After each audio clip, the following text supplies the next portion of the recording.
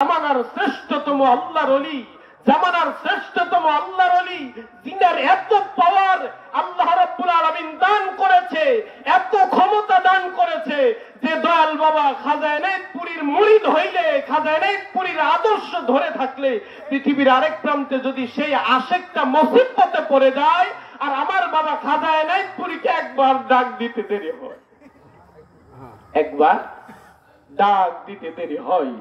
আমার পীর খাজা বাবা এনায়েতপুরী তিনি বলেন, বাবা আমি দুনিয়ার সমস্ত দুঃখ জ্বালা যন্ত্রণা সব সহ্য করতে পারি, আমি আমার কলিজার ভিতরে বিষ মাখা তীর সহ্য করতে পারি, আমার কলিজার ভিতরে বিষ মাখা তীর যদি নিক্ষেপ করা হয়, বাবা রে আমি আমার কলিজার ভিতরে বিষ মাখা তীর যদি আসে তা আমি সহ্য করতে পারি, ওই যন্ত্রণা সহ্য করতে পারি।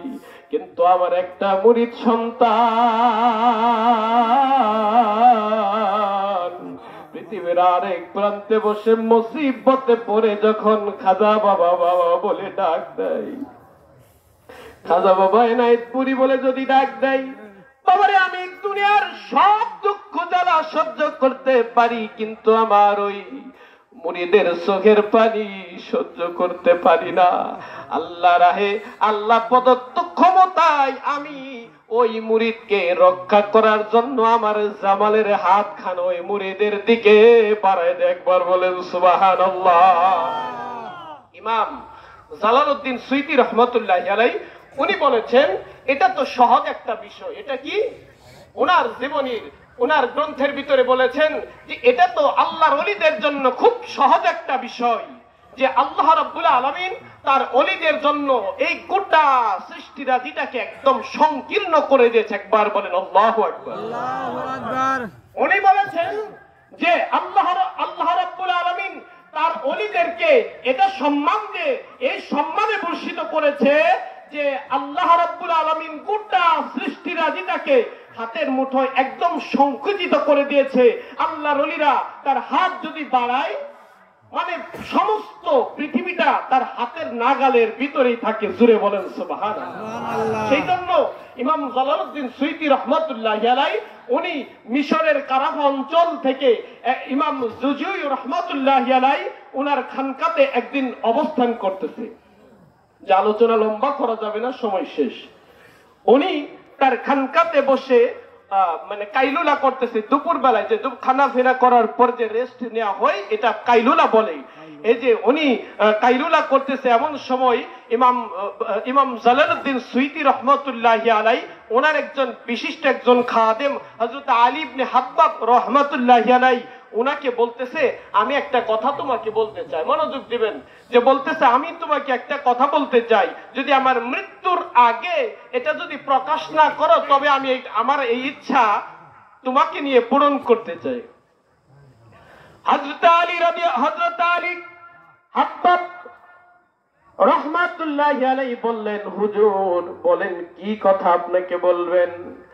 আল্লাহর ওলি 2.5 লক্ষ হাদিসের মুহাদ্দিস, হাফিজুল হাদিস, যিনি আমার নবী রাহমাতুল লিল আলামিনকে একবার নয়, দুইবার নয়, স্বপ্নে নয়, উনি বাস্তবে সশরীরে মদিনাওয়ালাকে 75 বার দেখেছে। একবার বলেন সুবহানাল্লাহ।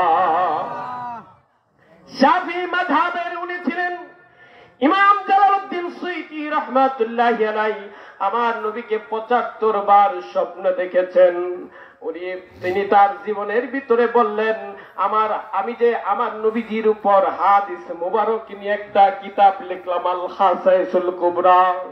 এই খাসাইসুল কুবরা এই কিতাবটা যখন আমি প্রণয়ন করতে গেলাম, আমার এই হাদিসের ভিতরে অনেক উলামায়ে কেরামগণ, অনেক মুহাদ্দিসিনে কেরামগণ আমার এই কিতাবের হাদিসের ভিতরে ভুল ধরলেন।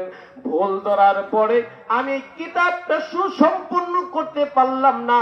এই কিতাবটা আমার কমপ্লিট করতে 20 বছর সময় লেগে গেছে। এরপর আমি যখন গভীর উদ্বেগের ভিতরে পড়ে গেলাম, গভীর চিন্তায় যখন পড়ে গেলাম, আমি মদিনাওয়ালাকে ডাক দিলাম, রাহমাতুল লিল আলামিনকে ডাক দিলাম, ইয়া রাসূলুল্লাহ, ইয়া হাবিবাল্লাহ, আমি তো আমার জীবন হয়তো যে কোনো মুহূর্তে আমি চলে যাব, এই কিতাবটা যদি সুসম্পন্ন করতে পারে আমার জীবন সার্থক। মদিনাওয়ালাকে ডাক দিলেন, ইয়া রাসূলুল্লাহ, ইয়া হাবিবাল্লাহ, রাহমাতাল লিল আলামিন। এভাবে আমার নবীকে ডাক দিলেন। নবীকে ডাক দেওয়ার সঙ্গে সঙ্গে রাহমাতাল লিল আলামিন ইমাম সুয়ুতির সামনে হাজির হয়ে গেলেন। সূরা বলেন সুবহানাল্লাহ।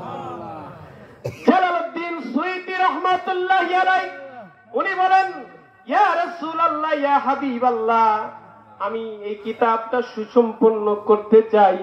নবী গো, আমার এই কিতাবের ভিতরে যে হাদিস মুবারক আমি এনেছি, শেষ করে দিও, আমি এই হাদিস মুবারক এনেছি, ইয়া রাসূলুল্লাহ, ইয়া হাবিবাল্লাহ, একটু আপনি দয়া করে শুনবেন কিনা, আমার এই কিতাবের হাদিসের ভিতরে ভুল আছে কিনা।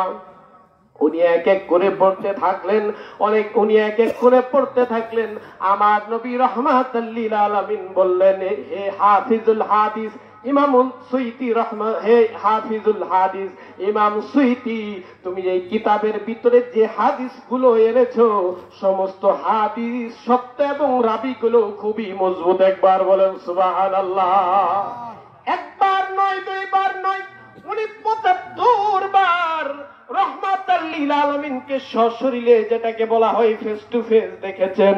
ওই ইমাম সুয়ুতি রাহমাতুল্লাহি আলাইহি তার ওই খাদেমকে মিশরের ওই খানকা শরীফ থেকে উনি বলতেছেন, আমার মনের একটা ইচ্ছা রয়েছে, আমার মনের ইচ্ছা তোমাকে আমি হযরত আলী ইবনে হাব্বাব রাদিয়াল্লাহু রাহমাতুল্লাহি আলাইহি উনাকে দিয়ে পূরণ করতে চাই। বললেন, হুজুর বলেন কি ইচ্ছা? হযরত ইমাম সুয়ুতি রাহমাতুল্লাহি আলাইহি মিশরের ওই খানকা শরীফ থেকে বলতেছেন, যদি আমি হায়াতে থাকা অবস্থায় এটা যদি তুমি গোপন রাখতে পারো, তবে আমার ইচ্ছাটা এটাই, চলো আজকে আসরের নামাজ এই মিশরে পড়বো না, মক্কাতুল মুআজ্জমায় গিয়ে পড়বো। একবার বলেন না সুবহানাল্লাহ। কোথায়? মিশরে। উনি কোথায়? মিশরে। ইমাম জুজুই রাহমাতুল্লাহি আলাইহি ওনার খানকা মিশরে। উনি জোহরের নামাজের পরে রেস্ট করতেছেন, কাইলুলা করতেছেন। উনি তার ভক্তকে বললেন, বিশেষ খাদেমকে বললেন, তোমাকে নিয়ে আমি মক্কায় নামাজ আদায় করব। এইবার তার বিশিষ্ট খাদেম বললেন, ও দুনিয়ার মানুষ শোনো, হযরত আমার প্রিয় মুর্শিদ ও উস্তাদ ইমাম জালালউদ্দিন সুয়ুতি বললেন, আমার হাতটা ধরো। আমি তার হাত মোবারক ধরলাম। উনি ২৭ কদম হাঁটাহাঁটি করলেন। ২৭টা কদম আমি গুনলাম, যে ২৭ কদম পা আমি ফেললাম। ২৭ কদম পা আমি যখন ফেললাম, ২৭ কদম পা ফেলার পরে হযরত জালালউদ্দিন সুয়ুতি বললেন, বাবারে এবার চোখটা খুল। সুবহানাল্লাহ বলেন। এবার চোখটা খুল। আমি যখন চোখটা খুললাম, মাত্র ২৭ কদম। ২৭ কদম যদি একটা মানুষ দেয়, সর্বোচ্চ তার 1 মিনিট সময় লাগবে। উনি বললেন, আমি চোখটা খুললাম। চোখটা খোলার পরে আমি চক্ষু খোলার পরে দেখি এটার মিশরের খানকা নয়, এটা মিশরের খানকা নয়, আমি মক্কাতুল মুআজ্জমায় হাজির হয়ে গেছে। একবার বলেন সুবহানাল্লাহ। কোথায় হাজির হয়ে গেছে? মক্কাতে। জালালউদ্দিন সুয়ুতির খাদেম ডাক দিয়ে বলেন, ও দুনিয়ার মানুষ, আল্লাহর ওলিদের এমন পাওয়ার, আল্লাহর ওলিদের এমন পাওয়ার, আল্লাহর ওলিদের এমন ক্ষমতা, আল্লাহ রাব্বুল আলামিন তার বন্ধুদেরকে এমন পাওয়ার দিয়েছে, এমন ইজ্জত দিয়েছে, এমন ক্ষমতা দিয়েছে। এরপর আমার প্রিয় মুর্শিদ ও উস্তাদ ইমাম জালালউদ্দিন সুয়ুতি রাহমাতুল্লাহি আলাইহি ওনার সঙ্গে আমি হযরত মা খাদিজাতুল কুবরা রাদিয়াল্লাহু তাআলা আনহা তিনার রওজা মুবারক জিয়ারত করলাম। তিনার রওজা মুবারক জিয়ারত করার পরে কাবাতুল কাউসাইন, আল্লাহর ঘর কাবাটাকে আমরা তাওয়াফ করলাম।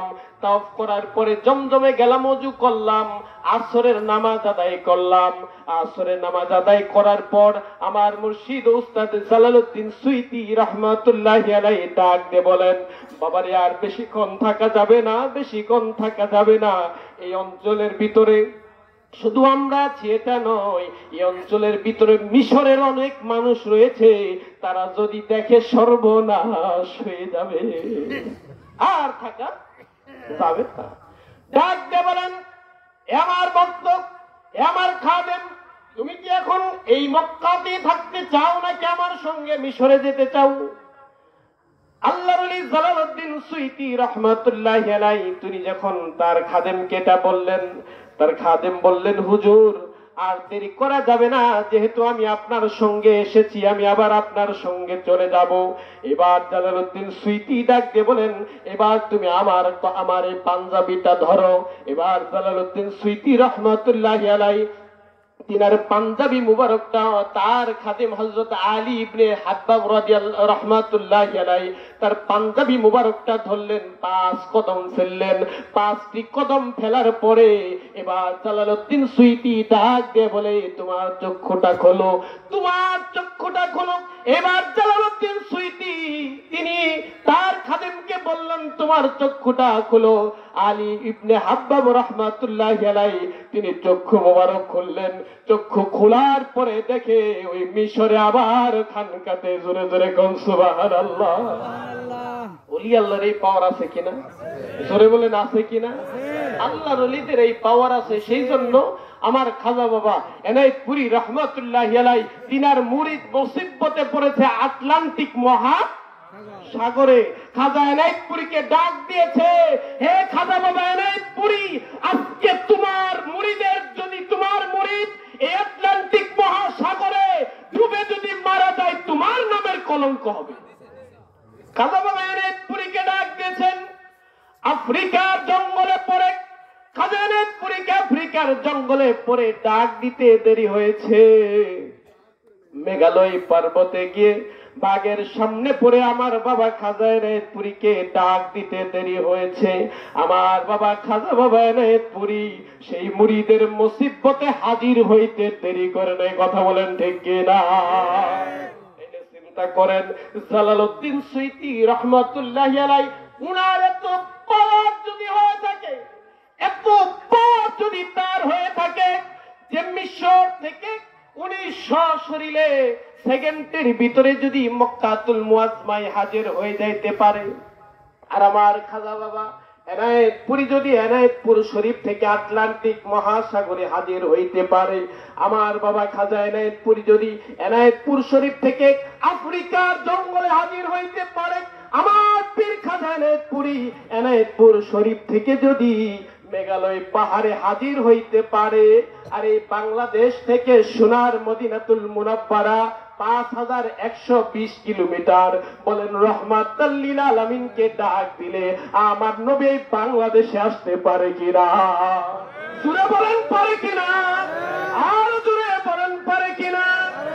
বাবারা ভাইরা আমার, সেই নবীকে ভালোবাসতে হইলে আমাদের আহলে সুন্নাত ওয়াল জামাতের যে কিছু আকীদা আছে, 23টি যে আকীদা আছে, এই আকীদাগুলো যদি আপনি সঠিকভাবে পালন করতে পারেন, এই আকীদার উপর যদি আপনি নিজেকে বহাল রাখতে পারেন, আজ না হয় কাল আপনিও মদিনাওয়ালার দিদার পাবেন আমার খাজা এনায়েতপুরীর মাধ্যম দিয়ে। কথা বলেন ঠিক কিনা?